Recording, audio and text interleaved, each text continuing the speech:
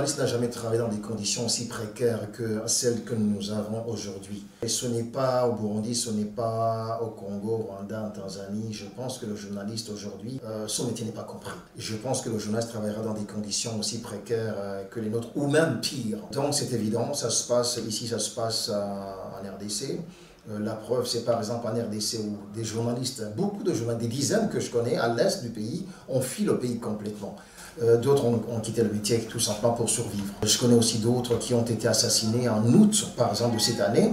En Ituri, par exemple, vous avez le journaliste Joël Moussavouli qui était directeur de la radio Biakato. Il a été tué en même temps que sa femme, juste en août. Une semaine plus tôt, c'est un autre journaliste, Aruchuru, qui avait été tué. Celui-là, il s'appelait Magayane. Donc, des journalistes qui, dans l'exercice de leur métier, sont en train de dire là ce qui se passe dans le monde, ce qui se passe autour d'eux, et sont assassinés. De toute façon, c'est donc les intérêts très souvent, les intérêts qui peuvent être politiques, qui peuvent être économiques, ou qui peuvent être tout simplement sécuritaires. Il faut faire ça à 3 niveaux.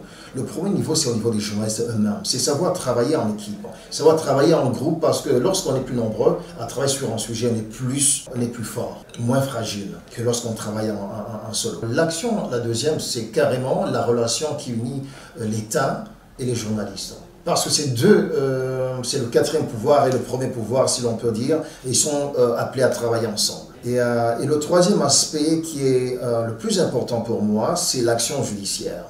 La plupart des journalistes, presque tous, je ne connais pas un seul journaliste où on a vraiment vu aboutir une enquête. Je ne connais pas.